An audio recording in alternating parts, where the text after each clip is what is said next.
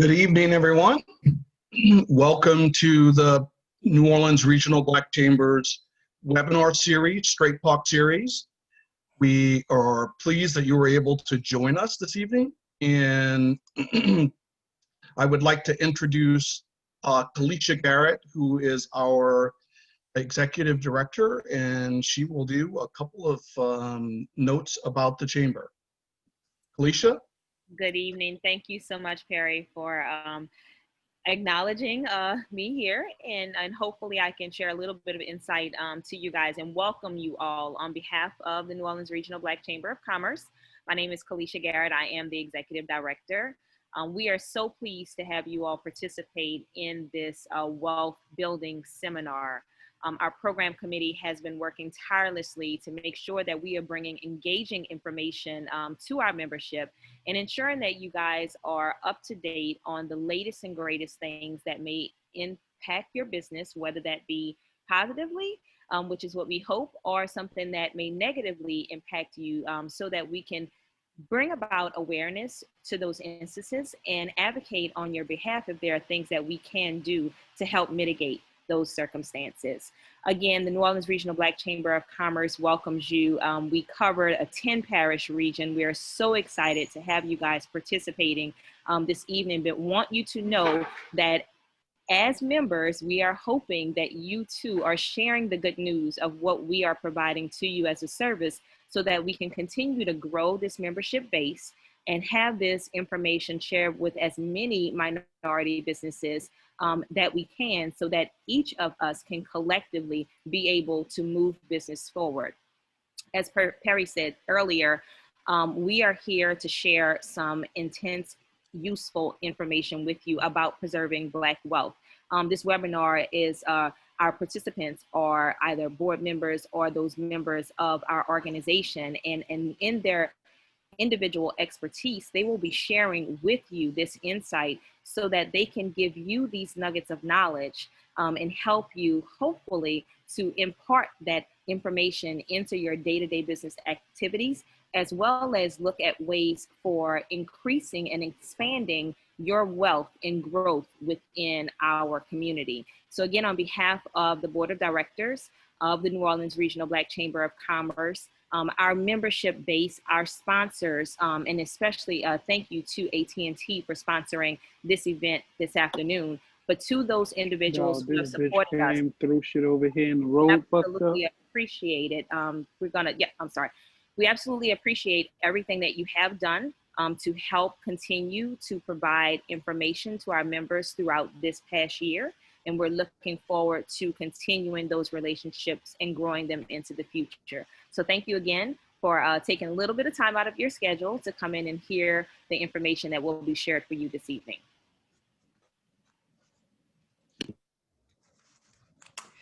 And with that, I would like to introduce Monique Rivers. Monique is here with AT&T, our sponsor, and would like to make sure that everybody gives Monique a good who dat welcome to New Orleans. She's recently moved here in the middle of COVID. We want to show some real true New Orleans love for her. So thank you for being here, Monique, and thank you for being one of our sponsors. So if you could maybe just talk to us about AT&T. Absolutely, and thank you so much for that warm welcome. It's truly an honor to be here with you all today, and definitely being a representation of this amazing company that I work for, right? So AT&T, thrives on the partnership that we have with the NORBCC, as we have common goals as it pertains to building and empowering our community, especially during these unforeseen times. As the coronavirus pandemic continues to disrupt life as we know it, life still has to go on. So kids have to go back to school, parents have to get back to work, and also find a way to balance between the two. On August 19, 2020, AT&T provided STEM NOLA, a science, technology, engineering, and mathematics program for students K through 12 a $100,000 donation as a part of our Distance Learning and Family Connection Fund. Just a few short days later, AT&T made a $40,000 donation to Hands On New Orleans, which is a program to help to empower and transform communities through volunteer service. As a representation of AT&T, I am here today to make a commitment that this is only the beginning. With 75% market share in the New Orleans DMA as it stands today, we are growing faster and stronger than ever.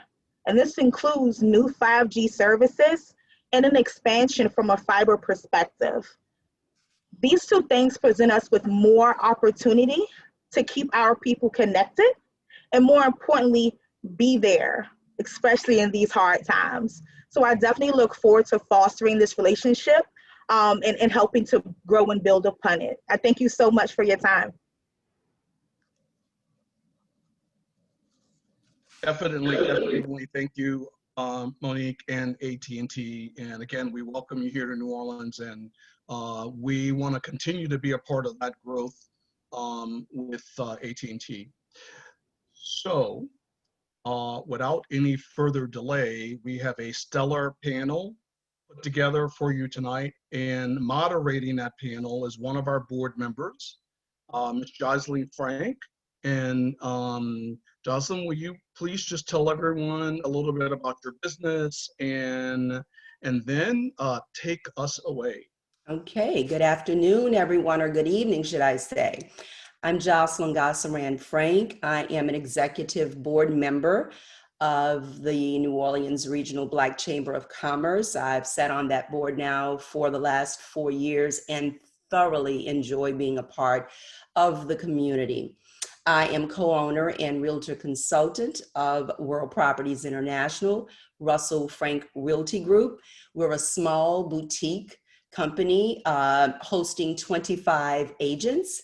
And we've been around now for approximately 35 years as a small entrepreneur. So once again, I am happy to be here, and I'd like to welcome you here to the New Orleans Black Chamber of Commerce presentation on preserving Black wealth, and also a special warm welcome to the online audience.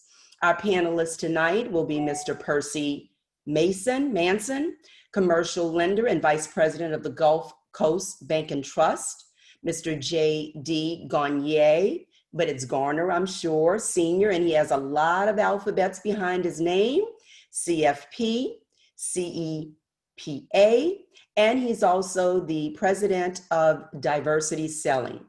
We also have Mr. Corey Williams, who's the financial advisor with Trivant Financial. So I'd like to welcome them and thank them so much for accepting our invitation to be a part of this stellar panel tonight. So when we think about wealth, everybody, we think about an individual or a family's financial network. It's, it provides all sorts of opportunities for all of us, and it makes it easier for people to seamlessly transition between jobs, move to new neighborhoods, and it also allows parents to pay for and to help with their education expenses. Now, we know that the racial wealth gap is very widely acknowledged as a reality, and it shows up in a wide variety of studies, and it has been for a number of years. It is quite significant, and the difference between the assets of Black families and white families, they have in general, as it relates to the considerable wealth gap. Here in Louisiana, for instance, a white family has approximately 12 times the amount of wealth as a Black family. And you will see this gap across the nation. There are many reasons for this, having to do with only the historical context of slavery by the perpetuation of a system of exclusion. So we know that policies as well have been enacted that have been nationally, locally, and right in our own backyard that have continued to increase this gap over time, even in the employment space, home buying space, and the lending space. And when we look at the Black makeup, 13% of the American population, that's what we represent. We own just 2.5% of that wealth. The median wealth of a white household is approximately $171,000 in net wealth, whereas Blacks and Latinos, 17,600 and 20,700. Blacks with positive wealth do tend to have a greater share of their asset portfolios in home ownership than whites. Since a home is the largest non-depreciating major asset held by most American households, regardless of race. Now, the moment you guys have all been waiting for, I will ask our panelists to introduce themselves, and then I will ask questions and allow them to reply and respond to one another and provide insight into the issues of the racial wealth gap, preserving Black wealth. We will also allow you, the panelists, and the audience to ask questions via chat, and we'll try our best to answer and address those questions at the end of our discussion. I want you to know that you are in the presence, once again, as everybody has already told you, of some amazing financial wealth specialists. So JD, if you would please do the honor of being the first panelist to tell us a little bit about who you are and what you do. Make sure I'm off mute. Sure. Well, first of all, I just want to thank you and really appreciate the opportunity to discuss this topic that I think is both timely and relevant. We think about everything that's happened just this year, not only in this country, but in our community. There's so many directions that we could go with preserving Black wealth. So I'm really appreciative of the opportunity to share. In all honesty, this is probably something that could be held over a week as a masterclass. So hopefully we can add as much value as we can with the time that we have. I've been in wealth management. 2020 makes my 20th year. I started off as a financial advisor right out of college. And at that time, I started literally from the bottom. I started opening $5,000 and $10,000 IRAs and managing clients. I had no network. I had no relationships with people with money. You fast forward 20 years, and I've been fortunate to grow both in knowledge, expertise, and in my client base. And now I have clients with 6, 7, and in some 8, in some cases 9 figures of worth that I advise and manage. But one of the things that unique spectrum of clients and relationships has given me is just some perspective on how we view wealth, how we treat wealth, and actually what it is. And I think that for our community, the key word in the title of preserving wealth is the word preserve.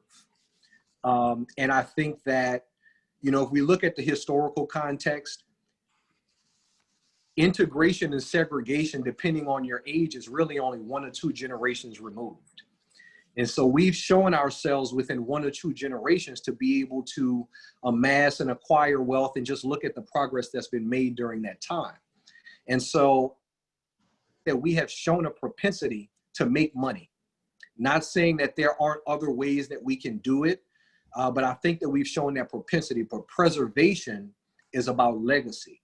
It is about wealth. It is about generational wealth.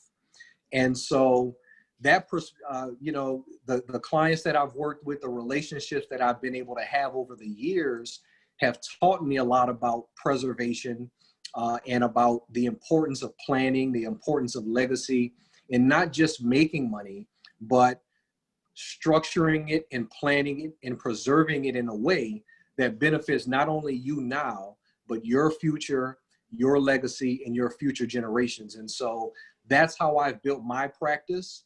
I still, to this day, work with a wide range of clients, from families just starting their wealth creation journey and making the attempts to build foundational wealth, to people who have amassed that wealth, and now we're looking for ways to transition it, to protect it, preserve it, and to continue to grow. And so I pride myself on still being able to have that type of scale, to be able to both add value and educate those clients. And so that's the value I hope to add today, and bring some relevant ideas and topics and strategies to this to today's talk. Absolutely. Thank you, JD, for that wealth of information. Now I'd like to ask Mr. Percy Manson to introduce himself and let us know exactly what he does in the workforce. Thank you, Ms. Frank. My name is Percy Manson. I am on the board of the Chamber, and I'm excited about tonight and excited about the work that the Chamber does on a daily basis. So what we do provide, and you guys know this as members, is services like this and information like this. So in my profession as a commercial lender, I think a lot of times people think of us just as bankers, but we are the greatest tool and asset to every business owner. And I tell people like this, it's just like knowing your doctor. You need to know your financial advisor. You need to know the person that deals with your money. You need to know the person that can help you with your business. And that would be myself and the gentlemen that are on the panel with us today. So it is important that you not only know your financial your doctor, but you need to know your financial doctor as well. So we need to put some systems in place. A lot of times, even in our communities, we lack financial knowledge. So it's important to me because there's so many things that are out there and so many benefits that our community are not aware about. And, you know, and it's because we just don't have the knowledge or no one in position that's able to tell us. So commercial lender, I really help and focus on small business. So I do a lot in the community. We do a lot of investment opportunities. So businesses that are out there are looking to develop, that are looking to build wealth through development. Talk to me. Let's talk about what I can do to help you in those arenas. Also, if you're a small business, you could be mom and pop business, doesn't matter, but let me help you grow that business. And one story I'll leave you with, as I look back over my career, I've been doing this for 30 years. I had one client who started as he started a small business of just mobile detailing. So he started the mobile detailing, and he talked to me about it. He'd opened his account with me, and just that small business, he has grown that business and has been banking with me for over the years. And now he actually rent out limousines, and he provides services to other folk as he picked them up from the airport and other things like that. So he has a fleet of things now that he does, but he started very small. So never give up on small beginnings. I believe that if you have the time and the energy and you have the know-how and the will, things could happen for you. So I'm here to provide that service and address some information about what we can do to help make you bankable. So when you're going out there to look for something, what are the banks looking for? Thank you. Thank you so much. I enjoyed that story because all of us have to start someplace, and starting at the bottom and working your way up is just perfect. So now I'd like to ask Corey Williams to please just give us a little info on his background. Hi, and thank everyone for joining the call. I appreciate you all, Ms. Jocelyn and Mr. Perry, for even inviting me on the call to share information with you all today. So Corey Williams, basically I'm a native from here in New Orleans, but started with a company called Thriving Financial about 2 years ago now. Been in the financial services industry actually since 2005, but really wanted to work with a company that focuses in on both the aspects of financial planning, wealth management, along with things like risk management and insurance. So we actually take a very, very holistic approach to financial planning to provide financial clarity to our clients and members. Thriving as a company has actually been around since 1902. as a faith-based organization. Many people hadn't heard of it though because they were not raised, they weren't raised Lutheran. And so being not raised Lutheran, you wouldn't have heard of Thriving up until about 8 years ago when it became available to all different Christian denominations. And so now we operate under what's called a common bond of faith in Jesus Christ. And so as a faith-based financial company, still nonetheless, that's not to discredit their financial capacity, having over 152 billion in assets under advisement, as well as over 200 million members and clients throughout the general populace. So extremely excited about sharing this information with you all tonight, even more so about the opportunity to express some concepts and ideas around what Black wealth in the community that we service looks like. I find that for the most part, many of us, if not most of us, in our homes, in our households, in our families, come up the same way that I did, in which money was not a very, very common topic of discussion. You know, my mother and father, you know, without being together, actually didn't, you know, paint a very great picture of how money should be handled. Or even the use of money. And so with my practice, being able to be privy to a lot of the information and the wealth of knowledge that we've been able to gain through of course, the different trainings and educational background that we have in the industry, it's made available a lot more resources in terms of education. You know, the Bible says, my people perish for a lack of knowledge. So the reality of it is that the knowledge that's available now, I'm trying to really push that knowledge to people and people in the Black community, because of the fact that we are the last to get it most of the time. And so we want to make sure that that information is put into the hands of those that will apply it and use it to better their families, better their communities, and then through those different pieces of information. I'm super excited about answering any questions, and look forward to diving deeper into the conversation. I appreciate that. And what you guys are giving us tonight will enable folks like me, especially, to build economic sustainability toward my retirement. So I'm loving the information that you guys are sharing here. So right now, what I'd like to do is, and I'm going to ask Percy to please start with answering this question. The racial wealth gap is a well-known phenomenon, and we know that. It's huge, it's persistent. So can you tell us just a little about why we are here and the challenges of the wealth gap that you think is here in the Black community? I think the challenge, part of the challenge is, as Corey has said, is our lack of knowledge. A lot of times we just don't have the information. And as Corey also said, we came from backgrounds where, you know, we were not privileged to this information. We didn't grow up with a lot of money, right? So at the end of the day, we didn't understand what a savings meant, okay? What did it mean to save? What does it mean to think about a rainy day? What's gonna happen tomorrow? We didn't think about, I need to have at least, you know, 3 to 4 months of my mortgage or my rent in a savings in case hard times came.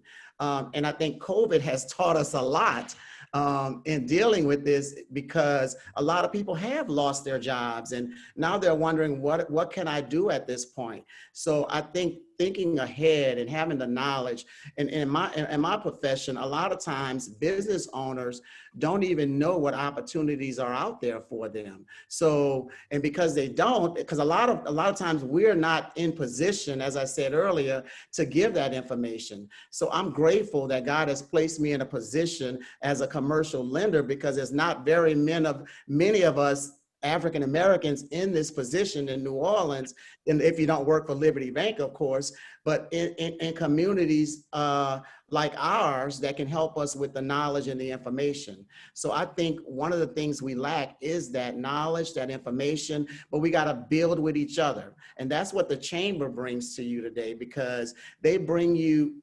businesses and people together so that we can network and learn from each other. And it's important that we support each other. I think one of the things we don't do is support each other as African-American businesses. You know, I mean, and with that, and I think I've had some discussion about this in the past before, but with that, we have to provide quality service with that as well. So we can't just say, oh, I'm going to support the African-American business, which is great, but we do want that African-American business to give us quality service and not try and beat us out of a dime or something like that. I'll give you a story about that later, but those are my thoughts on that, Ms. Frank.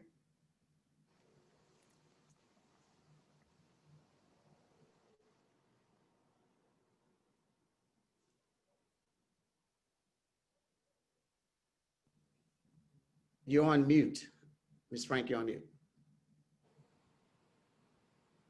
My button wouldn't work. So Corey, do you need me to repeat that question, or can you just expand on that question for a little bit?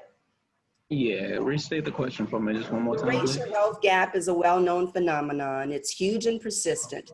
Tell us a little bit about why we are here, where we are, and the challenges of the wealth gap in the Black community.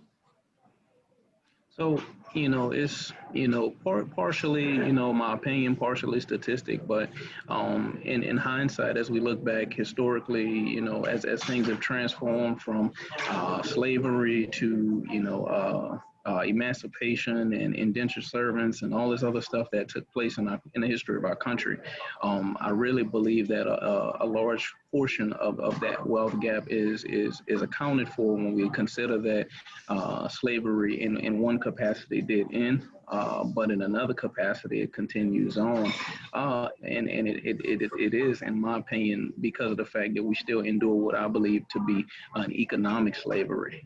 Economic slavery much resembles what Ms. Jocelyn statistically stated earlier, in that there's a lot of information that has been withheld, and being that it's been withheld is intentional in nature, and I think the statistics behind it seem to be very, very obvious of that point. So with resources, education, and knowledge being made available now, I think it's more opportune than ever, and a chance for many of us to actually basically become better stewards of what resources we do have, and ultimately put ourselves in a better financial position. A lot of what I consider to be the Black affluent, individuals of great wealth who are African American, for the most part have done so, and I think that there is a gap in the passing on of knowledge from those who are affluent to those who have not attained wealth as of yet. Many of the clients that I service today, well, that's one of the things that we do commonly talk about. We're you know, working on planning for them on a higher level because of the fact that they deal with larger amounts of capital. But there's still so many others that could really benefit from being able to know some of the things that they did before they got to the position that they're in. And so we work very adamantly about reaching back, and any client that I take on, I let them know that that's something that's important to me, and I hope that they would share in that same mission. To actually empower others to become wealthy. But I mean, if you look at the stats, like we just talked about, the African American represents the 13th largest buying power in the world.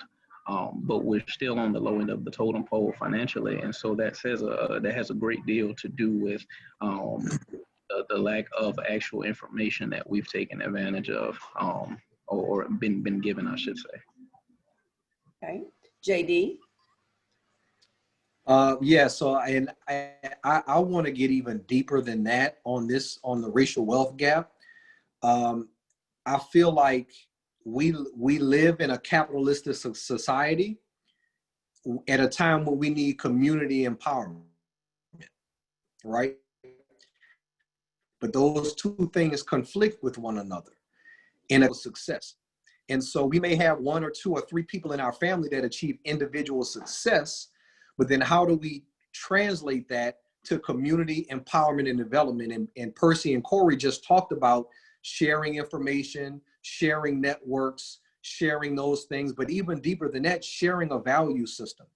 valuing the same things, so that if one of us does achieve wealth or attain more resources, we can bring that back to our communities, to our families, and share that wisdom, share that knowledge, and share those resources in a way where everybody benefits. And unfortunately, that's what we need to close that gap. Other nationalities, other races, other cultures don't necessarily have to do that, right? They can benefit from capitalism and individual success because they don't have to deal with the systematic things that we have to deal with. But we have to find a way to merge the enticement of capitalism and individual success with a collective community value system, and sharing that both within our family and within our community. From a family perspective, I'm assuming for the most people on the call, we're working professionals. You may be an entrepreneur or business owner or a professional. I think all of us have a similar story, right? Regardless of how much you achieve financially, we all have people in our own family that haven't achieved that. And sometimes we bear the burden of that. And we have to take care of that, take care of their mistakes, help them out. And we want to do that because of our achievement, but also at the same time, that can halt our progress. And so we have the information, the motivation, the empowerment, so that a rising tide can lift all ships. Because the closing the racial wealth gap is not going to happen with just individual success. Because you can line up 10 people and one of them may become a multimillionaire, but the other 9 may not be able to squeeze through that capitalistic vacuum without the help of somebody else. And so we need to find a way to merge those two things where we're not simply looking for our individual success without a way to benefit the community. Absolutely. I love that collectiveness. So next question, what wealth planning strategies can you share with us that will help with gaining and preserving Black wealth? Corey, I'd like to ask you to start the conversation on that. So a concept that we, strive to teach, and then one of the things that I'll normally begin with individuals that I take on as clients in my practice is building that financial house. And foundationally speaking, we know that, the most important part of a house is the foundation. So in terms of financial planning, the foundation of the house should rest upon protection.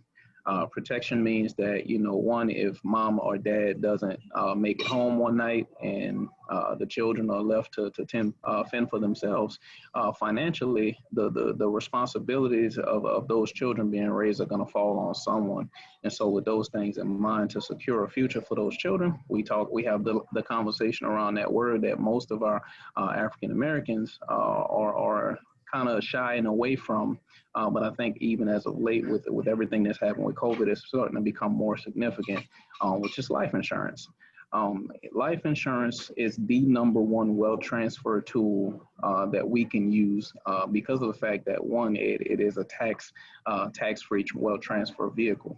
If we're not utilizing that for that purpose, then we're actually missing the boat on the opportunity to leverage those financial resources. The other aspect of that is considering the fact that when we consider all of the individuals in the world that are considered wealthy, a lot of them didn't get that way because, they just come from money. But they come from their wealth was attained, their businesses were built on life insurance. And so something as simple as you giving the insurance company $1 and they give you 1,000 for year one is a basic principle, but nonetheless one that we've been taking advantage of for so long in that particular capacity that we've almost now gotten used to seeing where someone passes away and there's what's called a chicken dinner funeral, or now in the technology age, so it's the GoFundMe funeral. And so that in and of itself is a tremendous wealth builder. And along with that, all the other conversations after that will fall into play, which is talking about, you know, the side that everybody loves to talk about, the sexy side of finances, which is, you know, how do I make my money grow and invest and all of those good things. But it starts with that protection piece. Absolutely. And, you know, I had a smile on my face because my mom just passed not long ago. And, you know, she was 98 and they just didn't tell us about everything. So we're getting calls now from all these policy people saying, we heard your mom died and she had a policy and, you know, here you go. So yes, insurance is very helpful. And we're finding out that back in the day, you had all these little people knocking on your door and our parents did take those small policies out. So totally agree.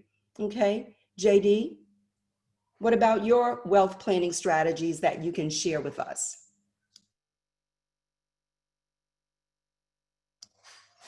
JD, you're on mute. He's on mute. I apologize. There you The That's first thing I okay. want to do is define wealth, right? Because we use that term a lot, and a lot of times it's interchangeable with other words. But I want to differentiate between riches and wealth, right? To be rich is to accumulate resources and money, right? But to be wealthy is the relationship between time and money. And so you can accumulate rich. Wealth is dependent upon your time. And so if the increase of your money is dependent upon the increase of your time, you can get rich, but you can't get wealthy.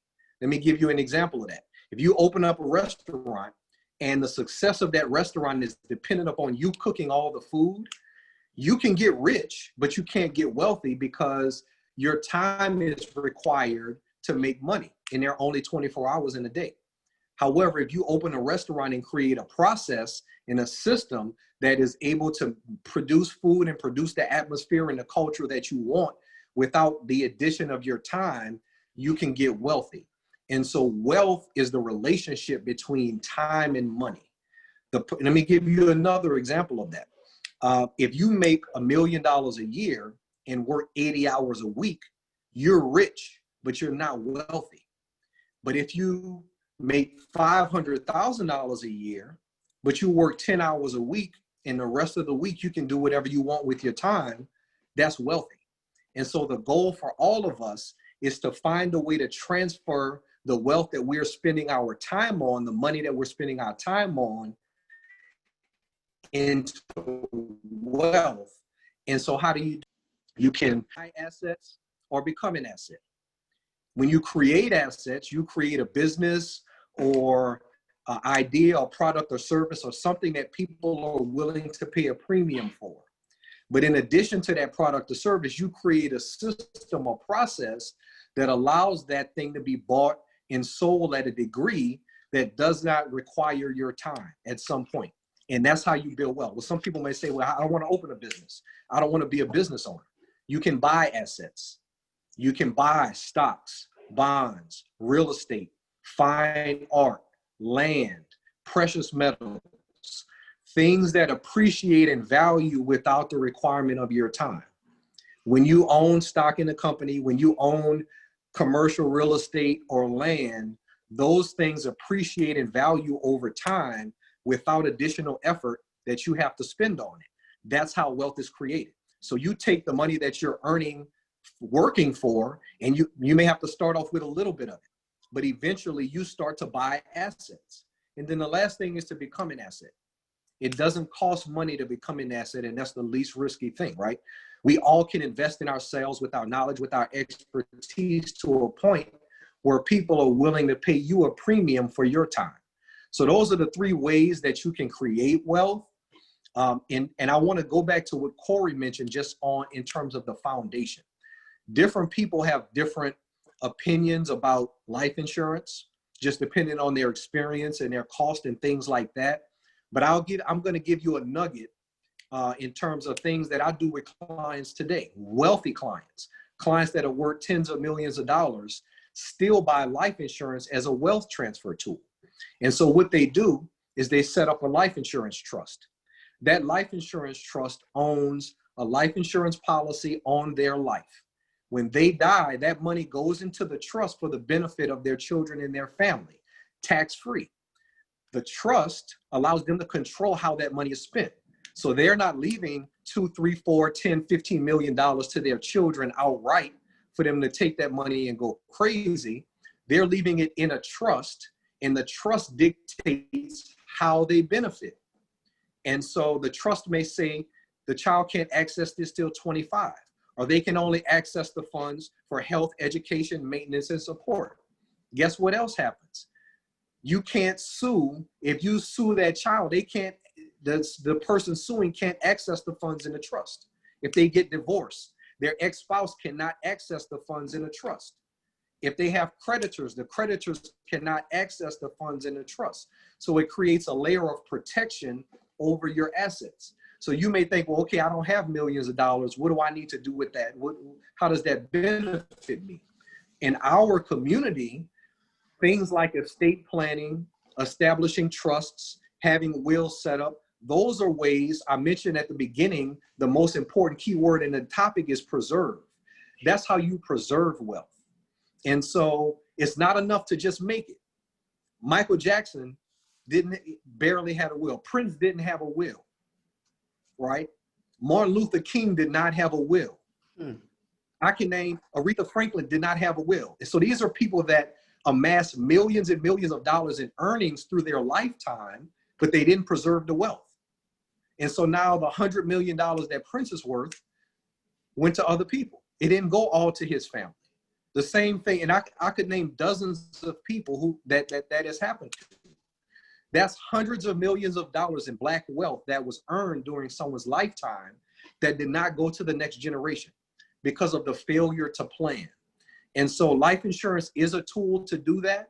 Estate planning is a tool to do that. Making sure that your assets are structured properly, are titled properly, the money, the asset, the real estate you own, the retirement accounts that you have, all of those things represent your wealth. And you want to make certain that you have a plan to preserve that for the next generation and utilize some of the wealth structuring tools to be able to do that. So it's one thing to invest your money. The next step is really to preserve it. Thank you, JD. Wow, that was powerful. Did we not tell you guys we had the best in the business here with us tonight? Okay, Percy, give us your take on it. Few strategies here. Yeah, my take is a little different in that on the commercial and lending side. So I think the connection is, as Corey and JD has said, you got to have a plan. So having a plan in place, whether that's with your insurance, whether that's with your business, you got to see your business doing something. You got to have a vision. The Bible says without a vision, the people perish. So you got to see your business moving forward. So, and I said a different twist about it because I want to talk about the business side of it and getting you to where you need to be wealthy or rich at that point, as JD has explained to us. So with your business, I guess I'll ask a couple of questions. Wouldn't it be nice that if you can expand your business, wouldn't it be nice that you didn't have to rent your facility, that you could own your building? Wouldn't it be nice that you can hire double your employees at this point? And all of that happens is because you have a plan. So if you put a plan in place now and you see your 5-year vision from now, where you would like your business to be, then you talk to professionals like us tonight and you say, you know what? Because when I sit with you, I'm going to ask you, what's your plan? Tell me what your 5-year plan is. Tell me what is your goal for your business? Tell me about your business and how can we help you do that? So I think having a plan and moving forward and thinking big, you know, a lot of times in our community, we just think small because we haven't had a whole lot, right? So I want business owners to own their business and own the facility. You know, a lot of my clients, if you drive up Claiborne right now, they own those buildings, but they don't look like us. They do not look like us. So I want to get us to the point where we thinking bigger than what our mind could think, you know, and I hate to go back to the Bible again, but the Bible also says, so a man thinketh, so is he. So if you think small, small is what you're going to get. So I'm excited to share that with you tonight, that you have to have a plan. And the plan that you have for your business is to grow it. And how do you do that? You start by talking with folks that are in professions that can help you grow your business. Okay, and it's the network, and that's what the chamber is bringing together tonight, so that we can help you grow your business and expand. A lot of times, and what people don't understand too is, I think last year we had two businesses that came together. They were doing the same type of different things, but they came together to get a contract with the airport. So they wanted to expand their business, so they talked to each other, right? So they came together and they expand their business, and by getting a large contract with the airport. So a lot of times you have to partner with somebody so that you will be able to expand, and then you will get the wealth and the riches that you so deserve. Thank you so much. I'm feeling connected to all three of you guys right now because, you know, I know that you and I already have a relationship, Percy. And by speaking to JD and Corey over the last couple of meetings that we've had, you know, I just feel like I've developed somewhat of a relationship with you. And relationships are important. So I'm just going to ask, why are relationships important when speaking with a wealth professional, especially someone of color? And I'm going to ask Percy, you just start off with that, please, if you don't mind. Thank you. Relationships are huge. It is very important that you build a relationship with your advisor, with your lender, with your bank. What happens is a lot of times when you have a relationship with the bank and you come to me and say, Percy, I want to buy this building. Percy, I want to expand my business and I need to borrow so much money. The first thing I'm going to look at is, what is your relationship with the bank? And I'm going to look at in your relationship, and guess what? Your rate is going to depend on your relationship with the bank. A lot of times we don't know that. Do I have money in your bank, Percy? You do. You know what? You have to have money to bring to the bank. Okay. So you don't have to directly have money with me. Okay. But you have to show that you have something to bring. As they say, you got to put some skin in the game, right? All right. So you have to show that you have something to bring. So you don't necessarily have to bank with me today, but what you want to do is wherever you're banking, you want to build a relationship. What I love about the bank where I work, we're a community bank. So what does that mean? That means that we give to the community, we do things in the community, and we provide free services to the community that otherwise other banks would charge you for. So a lot of my friends don't bank with me, but a lot of them call me on almost every deal that they're trying to do, right? Because they want to tap into my knowledge, tap into my wisdom about what they're trying to purchase. So it's important to build those relationships within the community. And I think it's more important that we as African Americans build those relationships with each other. It's crucial because I think JD said it best. I mean, a lot of times in the Asian community and other communities, you know what they do? They buy one store and they stay in one house, right? And they work from there and they grow that store. Oh, now it's time for you to get your store. So now they've taken over our community with all these stores because they had a plan in place to come into our city and we're gonna live in one house and we're gonna own one store, and now they own all the stores, right? So I think we're missing the boat when we're not tapping into the same concept with each other. We can do it. We can do it. If they can trust each other, we can trust each other. And we can trust that we have the knowledge and the know-how to get these things done. Thank you. JD? Sure, yeah. I agree with everything Percy said. I mean, relationships are your social currency, right? If you don't have a dime to your name and you know the right people, it's just like you have money in your pocket. It's your social currency.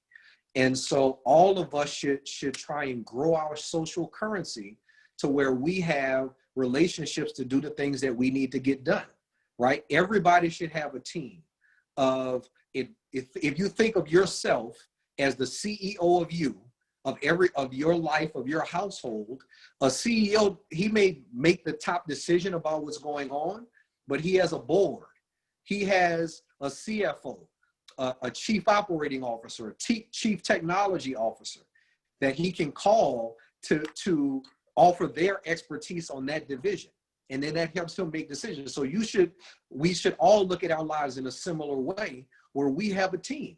We have a team of people that we can reach out to get things done. Now, the flip side to that is we also need to be able to add value, right? We can't just be takers, or we all know somebody who calls us all the time and they're takers. They need something. The relationship should be mutually beneficial, right? And so we want to be able to add value as well. But that brings me back to what I mentioned earlier, is that collective value system, that integration of relationships within our community. And you're right, Percy, I do see it all the time with other cultures and ethnicities. They have made the decision and have the mindset that they are reliable to one another and they are dependable to one another. And if we can garner that same mindset, then it should be easy for us to call and say, hey, do you know somebody that does this? I'm trying to apply for this contract. Do you know anybody that can help me? Can you look over this just to make sure that I'm doing it right? All of those things are social currency, and those things are going to go much farther than the degrees behind your name, than the letters behind your name. I can't tell you how many times I've seen people get positions based on their relationships and not because of their education or their knowledge and expertise. And so you want that social currency for yourself. That's going to advance you more than any education that you have. And that's just as important as the wealth that you build, because if you amass millions of dollars, but you can't call anybody besides buying material things, right? And so relationships are almost just as important as any assets that you can own. Absolutely. So Corey, I'm going to ask you a different kind of question here. And of course, I just mentioned to you that my mom had all these little policies, and maybe I wasn't that kind of person who invested money, at some point, but now I have a couple of dollars. So if I can ask you, if I've never invested before, how do I start doing so? And, what should I start with if I wanted to invest? So, that's a great question. And it actually ties directly back to what we just were talking about. I always say that relationships are our greatest wealth. Relationships are super important when talking in terms of dealing with your financial advisor, your wealth management professional, what have you, because ultimately, I'll share a quick story with you. Yesterday, I celebrated a birthday, and, I made the point, which was that when buying someone a birthday present, you want to buy them what it is that they say that they want, and not necessarily what you think that they would want.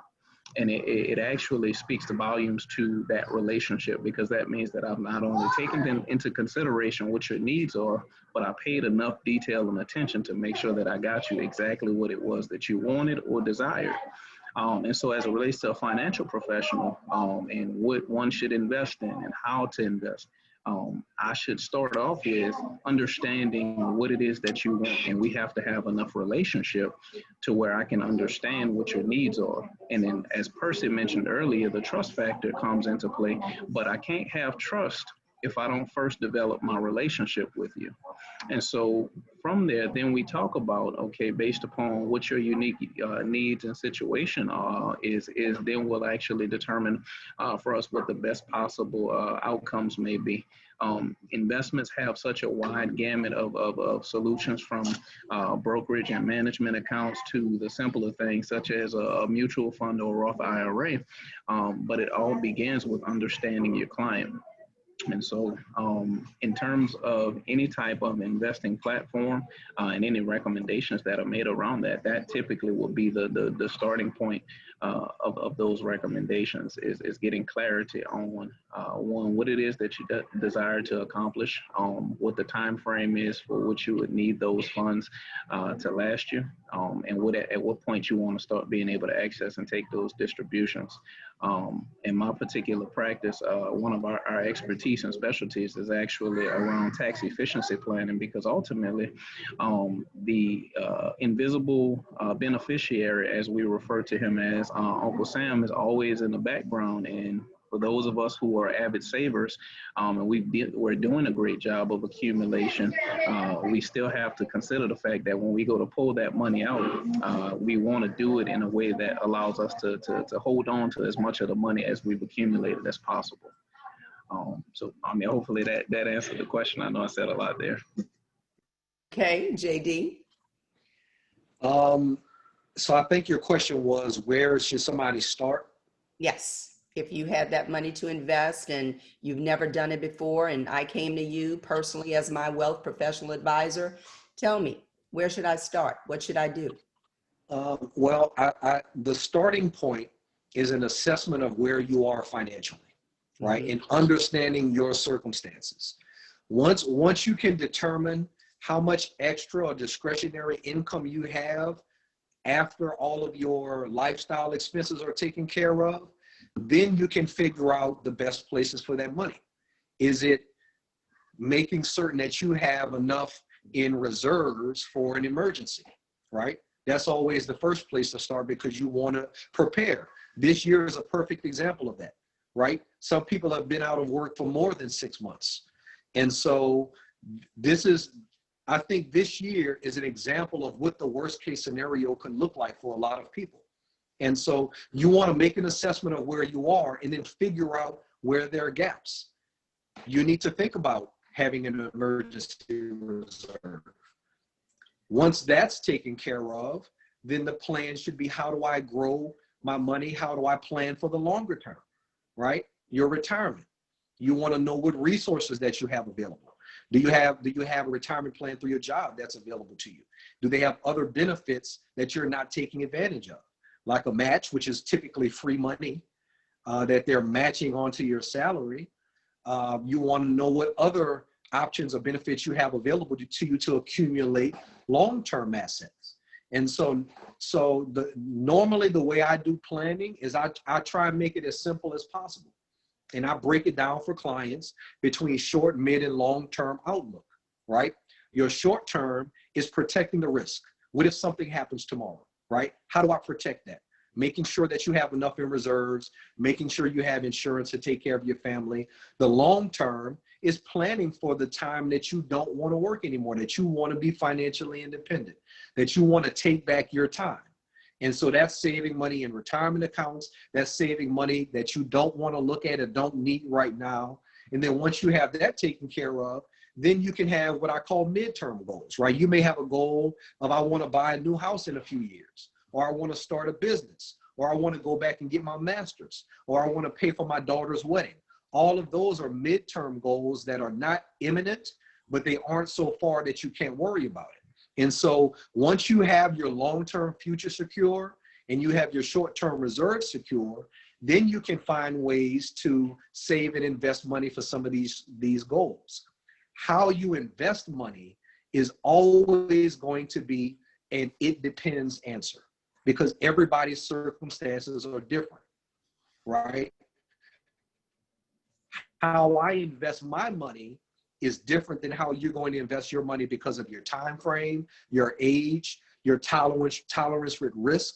I may be a person that is very tolerant of risk, and it doesn't bother me that the market or the economy fluctuates on a yearly or monthly basis. Some people aren't able to deal with that, and so that's not appropriate for them. And so I advise anybody, before you just go and open up a brokerage account or just go and buy some investments, that you do sit down and talk with someone about planning, because I've never seen anyone gain wealth or get rich just doing piecemeal ideas.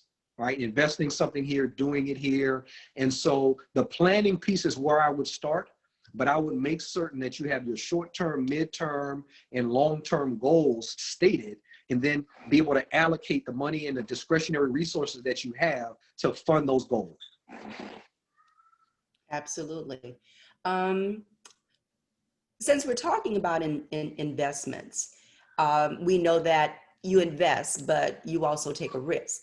And I know that many of my friends, not me, but many of my friends were telling me back several months ago, they lost a whole lot of money in the stock market, okay? So I'm just talking about my friends. And so let's talk about the risk factor. What risks should I be worried about, and how do I minimize those risks once I do invest? And who'd like to volunteer to answer that one first, or to expound on that one? Percy, Corey, JD?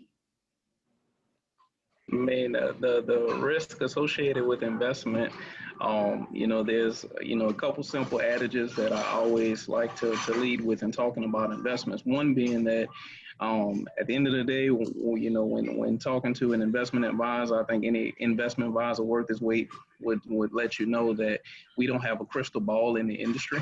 The one thing that we do know is that the stock market is going to do two things. It's going to go up and it's going to go down.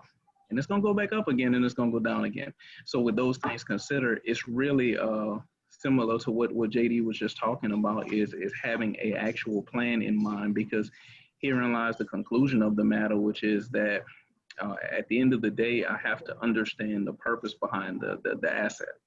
And if I understand the purpose behind that asset, then I know I can calculate those risks accordingly. Even in terms of life insurance and everything else, one of the things that our practice strives to do is make sure that we're not just recommending a product for the sake of placing a product, but every product should have its place and purpose, so that risk is factored in terms of the stock market, because as many may be well aware, the stock market had one of the greatest drops that it's ever seen this past February and March, because of the fact that the reality of it is nobody ever anticipated such a thing as a pandemic ever happening. But that thing did happen.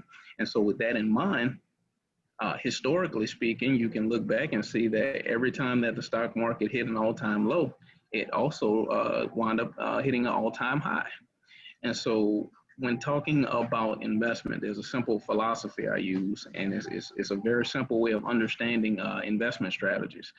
If in fact you go to a grocery store and you buy a can of red beans, and that can of red beans is $1, but then you go back the next day and that can of red beans is no longer $1, it's 50 cents. Are you gonna go and return the red beans that you bought yesterday? Nah, you're probably gonna go ahead and buy 2 cans of red beans now, because that means, oh, I can buy lower. It's the same thing in the stock market in terms of investing. The reality is we put money out into the marketplace and we buy shares of companies, but when those shares actually go down, that simply is if you're properly positioned, it's an opportunity to actually buy more of that company's stock, because the reality of it is that, as I mentioned before, the company may go up and it may go down again. And then when it goes down again, it's basically, hey, the shares are on sale, travel, airlines, and all that stuff, Southwest and all of that. When those stocks plummeted, a lot of people were buying shares up because they understand that travel will return at some point. So let's go ahead and buy a bunch of shares, so when it comes back, I can ride the wave all the way back up. So that's typically I guess a long-winded explanation of risk, but I try to simplify it as much as possible, because I think that a lot of times as Black people, we shy away from investing because of the fear of losing our money. And that's where careful planning actually has its place. So that's all I have. Absolutely. Let me add, I want to add something on that, because I have this conversation a lot of times when I'm meeting with people who've never invested before. Mm-hmm. And you're right, they're concerned about risk. And so if anybody is listening that has a pen, write this down. I'm going to talk fast for sake of time, but the way that I break down investing is very simple. Regardless of what it's called, where you buy it, how you buy it, there's only 2 types of investments. There's a growth investment and there's an income investment. That's it, growth and income. A growth investment is exactly what it sounds like. The goal of it is to invest in it with the expectation that it's going to grow or appreciate in value. Growth investments include stocks, real estate, precious metals like gold and commodities, artwork, any asset that you own that you expect it to grow in value. What makes it grow in value? Well, when you own companies, they grow in value when that company increases their profitability. They expand, they grow, they're profitable, projected over time, their value in that particular stock or whatever that representation is goes up in value. The great thing about a growth investment is that there is no limit on how much you can earn. You can invest in a growth investment and have 100, 200, 300% returns. But the downside is there's no limit on how much you can lose as well. And so the risk is somewhere in between how much you can gain and how much you can lose.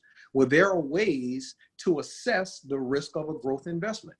Let me give you an example. If you open up a grocery store and say, okay, I'm going to make this the biggest grocery store ever, but it's your life savings. You started, you open it up down the street, and somebody decides to invest in it. That's a huge risk compared to them investing in a store like Walmart that's been around for the last 70 years, that has a track record of sales, that has stores all over the world, that has profitability that you can measure. And so when you assess risk, you look at factors like that. How long has the company been in business? What is their profitability? How has their profitability grown? How strong is their management? Have a crazy CEO? Do they have some of that stake? What are all of their records? Most public companies that you can invest in, their records are public information. So you can assess that risk. That's our job as advisors, to assess that risk. And so each investment that you look at, the risk is different depending on that, but they all fall under the category of a growth risk. Of a growth investment. And so the goal when you're investing money is to balance how much risk you're willing to take with how much reward you actually expect. If you say, I don't really want to take a lot of risk, there are investments that fit that model. Investments that have a more stable track record, that are more predictable. And the goal of an advisor is to help you assess that risk through quantitative and qualitative measures. We measure that stuff. That's our job, to understand that and to educate you on it. An income investment is an investment that garners a certain amount of income, a rental property, a bond, savings account that just pay you interest. Those are income investments. The risk of those is really based on the person that you are loaning the money to, right? If you loan your money to a bank and they pay you interest, what is the risk that that bank is going to go under? It's not that big. But if you loan your money to your cousin who lives down the street and you charge him 15% interest, still, what is the risk that he's going to pay you back? Is probably high, which is why you're charging him more interest. And so, again, growth investment, income investment. And the goal is to figure out what fits into those and how much risk you are actually willing to take. And that's determined by what return you need to get to reach your goals. If you can reach your goals with a moderate 4 or 5% return, guess what? You don't really need to take a lot of risk. But if you're young or you're ambitious and you really need to ramp it up, you may be seeking larger returns. Well, guess what? You have to take more risk. And so the goal is to balance those things. And that's the role of planning. I love it. You guys, you know what, the more I talk to the three of you and you guys continue to talk to me, that relationship building piece is just, it's on a scale of 10 right now. So thank you so much. And what you did say, JD, to me just, makes me realize that we need to educate our community more about investments, especially with, just like you said, investing in not only real estate, but artwork. I can remember back in the 70s, the Krugerrand I don't know if you guys remember that big gold coin when we could have gotten those, and right now I would have been very wealthy had I listened to my husband in buying a lot of those. But naivety, I was very naive and did not want to invest. So education is the key to getting us to understand where our dollars need to be and how to grow wealth. So thank you so much. So another question I'd like to ask, and maybe Percy, you'd like to talk about that. How can businesses, because of course, at the Chamber, we work with a lot of small businesses. How can businesses help employees with building wealth? How can businesses do that? And then you guys can chime in as well. One of the ways that you can help your employees is talking to someone about your employee benefits. And that could be JD or Corey as well, or, making sure that the benefits that your employees are receiving are something that's beneficial not only to the business, but to your employees as well. It's important to have happy employees. They'll stay with you longer. You won't have the issue with retention and things like that. So I think looking at your benefit package would be something that you would like to, you should look at if you want to grow and make your employees happy as well. And that would be my take on it, just looking at a benefit package and seeing what's beneficial to you as a business owner and also to your employees as well. Absolutely. Corey, would you like to expound on that just a little bit? Give us your take and perspective on that. Sure. One thing that, I talk with a lot of my business owner clients about is creating a robust enough package to be considerably what we call, the golden handcuffs in the industry. So a lot of times they'll want to offer certain benefits to their special employees, individuals that hold a key role in the company. And those packages we actually help them to plan through. But another side of what I try to get business owners to understand is that a great deal of the value that you provide to your employees is really tied to your ability to operate and function. And so in terms of business protection, that's another piece that we talk through, because a lot of times business owners, for instance, I have some chiropractic clients of mine that actually they understand the significance of having an injury that limits your ability to perform your job. So they adjust people, they help straighten your back and all that good stuff. But most chiropractors don't have disability coverage. And so we talk about one having a disability coverage that operates as a business overhead expense coverage, so that if something happens to that chiropractor, he can't perform his adjustments. He has a business overhead protection that actually allows him to continue to keep the doors open so his employees don't have to stay home because the business has to close, because you, as the key person in that practice, is not able to do the adjustments. Now you can pay somebody to come in and do your job for you while you're recovering. But ultimately, in many regards, businesses' benefits should be structured around one, making sure that the business is secure, business is protected, but then also making sure that those benefits that are most valuable to their employees and staff are taken into consideration.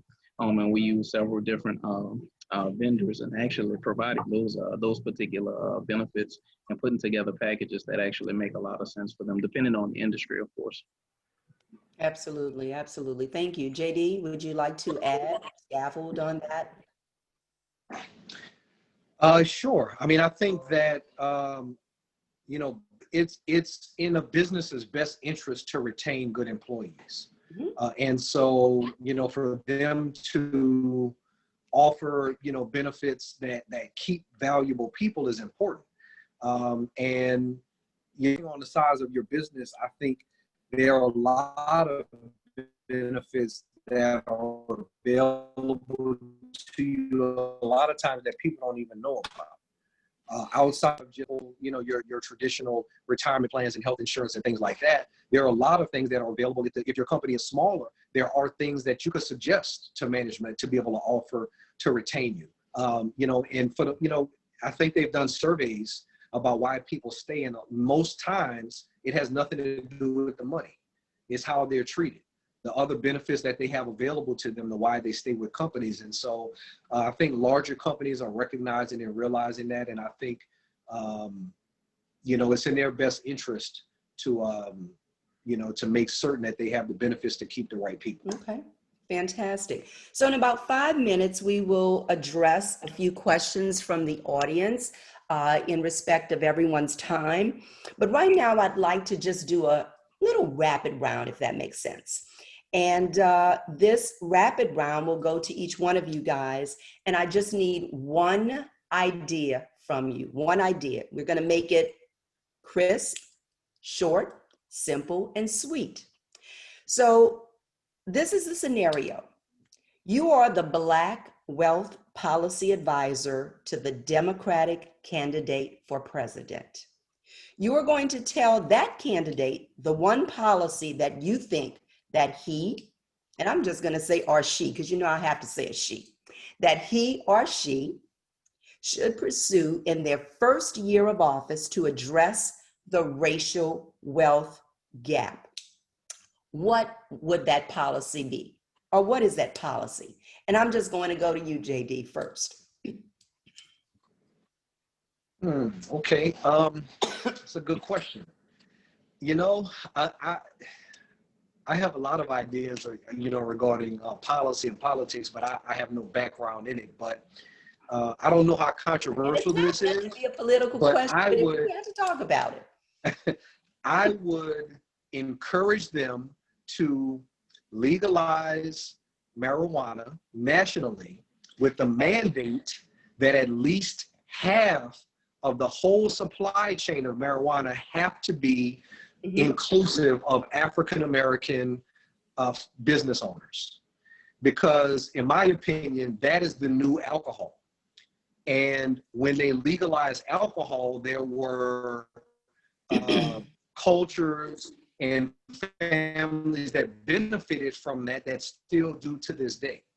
And so to me, that would create a new revenue stream for the federal government, so they wouldn't be able to complain about not having the money or revenue from other sources. And it would allow us to be on the front lines of that industry and not having to play catch up after the money has been made. So that would be my idea.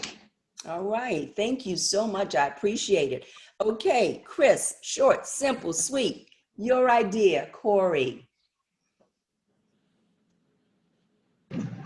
So, you know, there's the concept of reparations that comes to mind.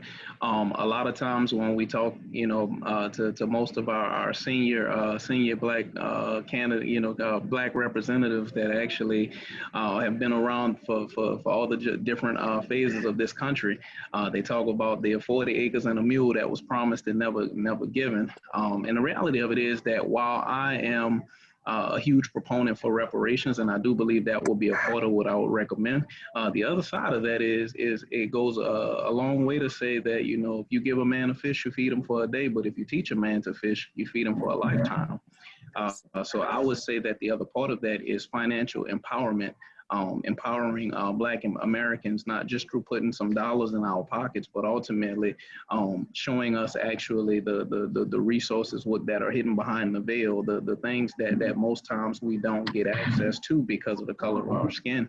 And that in and of itself, I think would suffice in terms of actually bridging the wealth gap and positioning us to prosper in this country. And lift the shackles of what I consider to be financial slavery. Absolutely. Percy, thank you, Corey, so much. Great question. I mean, I think that we need more resources and we need more policies to help small businesses. There are a lot of people that have entrepreneur ideas, but they don't have the resources that they need to pursue those ideas. So I think if we created and threw some dollars into creating some policies to help small business owners start their business or expand. A lot of times we hear about SBA with the small business loans to get started and things like that. But those things have kind of gone away a little bit. And SBA is now focusing on certain industries that they want to help. So I think we need to be able to help every business. And I think if we have, you know, people who are in positions, especially African Americans that are in positions, whether it's on the state or federal level, that we should be able to create policies so that all businesses will benefit from it, not just the wealthy or the ones that are so big. So I think my suggestion would be that we would talk to our legislators and our folk in Congress to create something to help small business, especially during times like this, with COVID, with so many businesses that have lost their business because of COVID. I think it's crucial that we create these policies immediately and now so that we can help maintain the businesses that we have and to start and to help businesses grow. Absolutely. And I'm just going to add my 2 cents. If I had to say anything, I'd love to have every college student debt wiped off so they could have a good, clean start to start out with wealth building early. And before I turn this over to Perry Shows, I'd like to thank you guys so much from the bottom of my heart. You were awesome. I learned a lot from this, and I'm sure our audience did as well. And I'd like to end with saying that the wealth gap between Black families and white families remains persistently large and shows no sign of closing, in my opinion. And maintaining the status quo translates into another 200 years, if we don't watch it, before African Americans have the same level of wealth as our white counterparts.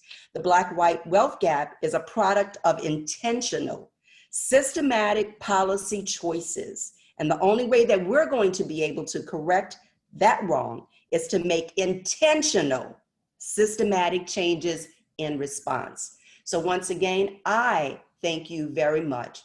Take it away, Perry. Wow, that was amazing. Really, really great stuff. I've got a lot of notes. There are some questions. One of our board members, Mr. Ed Robinson, has a question that says, when is it too late to start saving again? And this is kind of like, you know, depending on your age or something. So I'll unmute Mr. Robinson and he can make sure we got his question the right way. When do you think is the, you know, the, Well, Perry Ed Robinson, I went through a partner that died and had to use all my savings to pay him off, his family off. And of course, I'm 76, still in my business, LNR Security Service. We're still doing business, but the savings part is going. I mean, I have a few rentals, but you know, now they're telling you got to take your money out of the 401k. So when is it too late to keep, or either to try to get some more money saved somewhere, you know?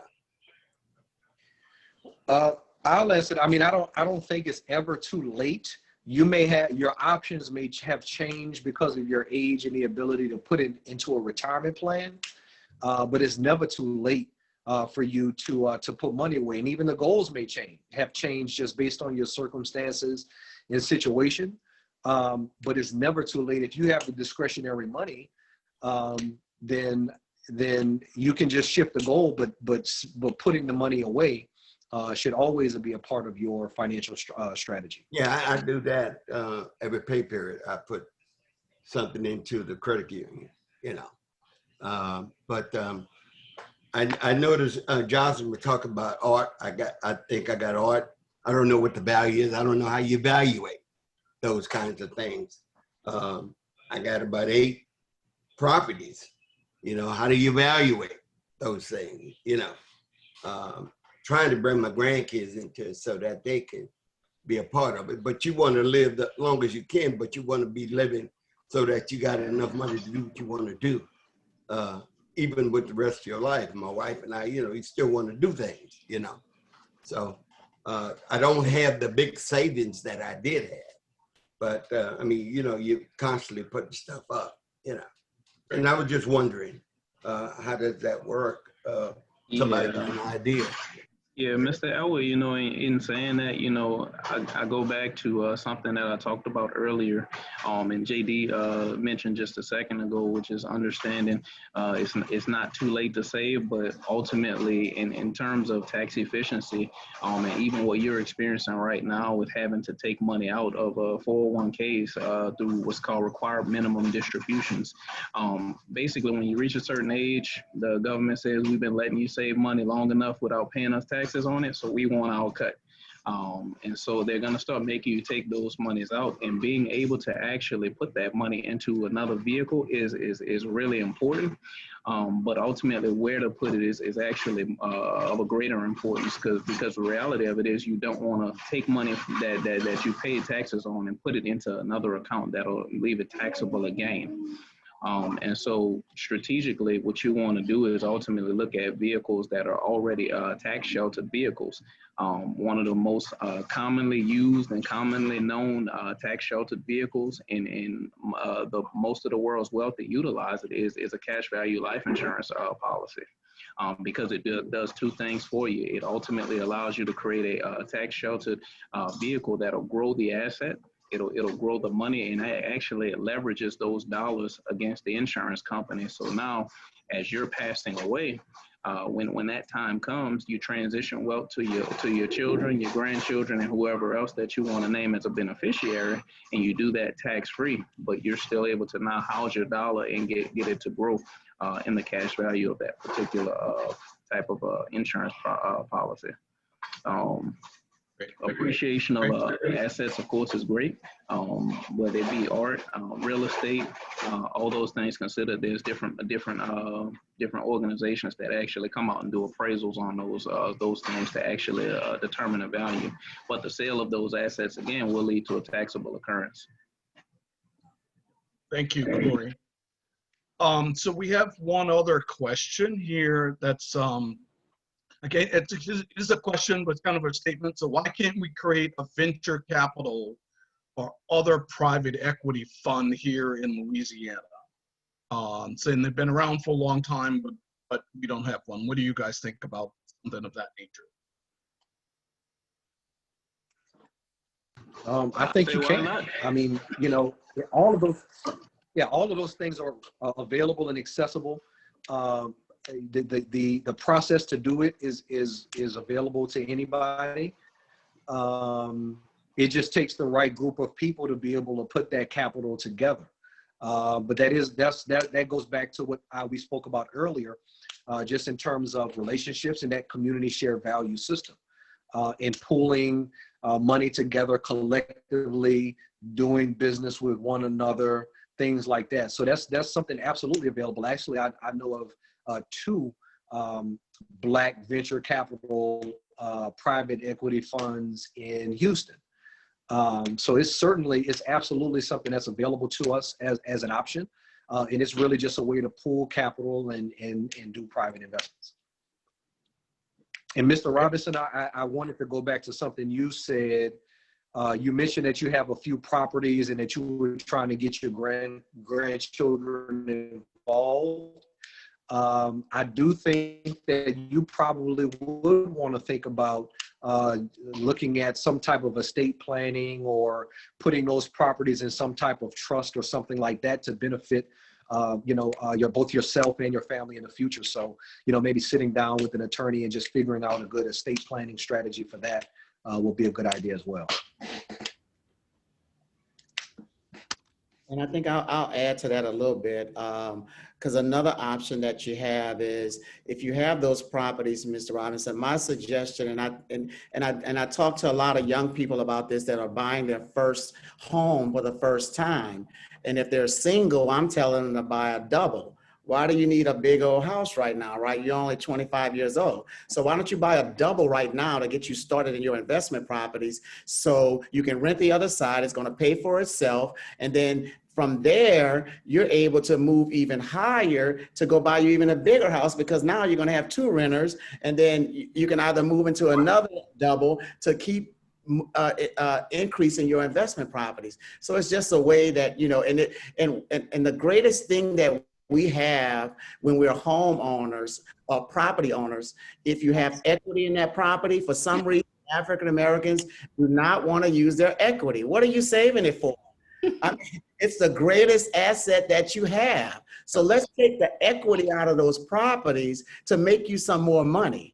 So, and we can definitely talk about that. So, you know, if anybody want to share some other thoughts on that later or talk to them. Percy, when you talk to them about that double, you tell them to come and see me, and I will advise them on making sure we can get the best double out there on the market. So Absolutely. I appreciate that. And let me tell you, I'm going to piggyback on that. I wish I would have, and we all say that, I wish I would have known then what I know now. I would have invested in real estate a long time ago. Our money was going to pay bills, educate kids, but we should have thought about saving those pennies and investing then. But we need to educate our young kids right now, starting now. Jocelyn, nobody taught us. Exactly. Everything we've done, we accidentally. Yes. Absolutely. I agree, Ed. I agree. Just wish we would have known. But now we know. And so we have to educate our young children, these kids in elementary, middle, and high school, and college, Perry. Yeah. Well, it's. And I wanted. Go ahead, JD. I'm sorry. I'm sorry. I feel compelled to add this because one thing we didn't talk about was the circulation of the black dollar and how it leaves our community really, really fast. But I want you all to put this term in your mental Rolodex. And I think this is a way that we can keep money in our community, and it's called vertical integration. And basically that is the combination of one company of two or more stages of production that would normally be done with two companies. So let me give you a quick example of that because I think it's important to keep money in our community, right? If you go to the barbershop to get your hair cut, that's a $20 transaction. You get your hair cut, pay the $20 and you leave. But then you go to Sally's or a beauty supply store and spend another $30 on your sponge brush, your wave grease, your leave-in conditioner, your razors, take care of yourself, right? Vertical integration would be the barbershop or a group of barbers collectively open a company and buy all of that stuff wholesale. They buy all of that wholesale, right? And so now when you go to the barber, you get your hair cut, but then you buy your leave-in conditioner. You're spending the same money, but now you have turned a $20 transaction at the barber into a $50 transaction, a 250% increase that stayed in our community because that business vertically integrated. And instead of them just providing the end service, now they're giving you the supplies to maintain you throughout that process. And there are so many examples that we could use to do that. All kinds of things. And the reason why the money doesn't stay in our community, because most of our businesses are at the end of the supply chain, the retail side. We don't have wholesalers. We don't manufacture goods. We don't grow cattle or raise chickens. But all of those things are in our purview to be able to vertically integrate where we own the whole supply chain. That's how we keep money in our community. If we're only giving $20 to the barber or $20 to the hairdresser, but spending another $250 at a beauty center way to integrate our businesses, then all of that money stays. So I just wanted to mention that because that can go in a lot of directions for people that are business owners on the call. We need to do another one of these seminars, Perry. I think this is a great conversation that we need to continue.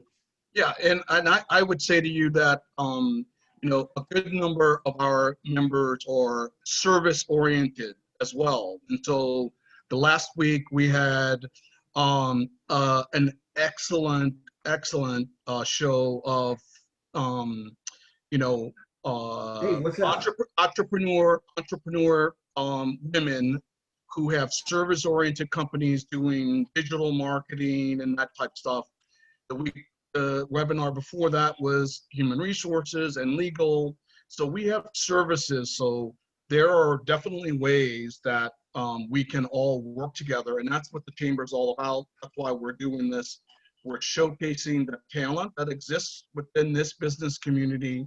And we hope that you will attend our future webinars and that you will take a picture of the contact information here and go to our website.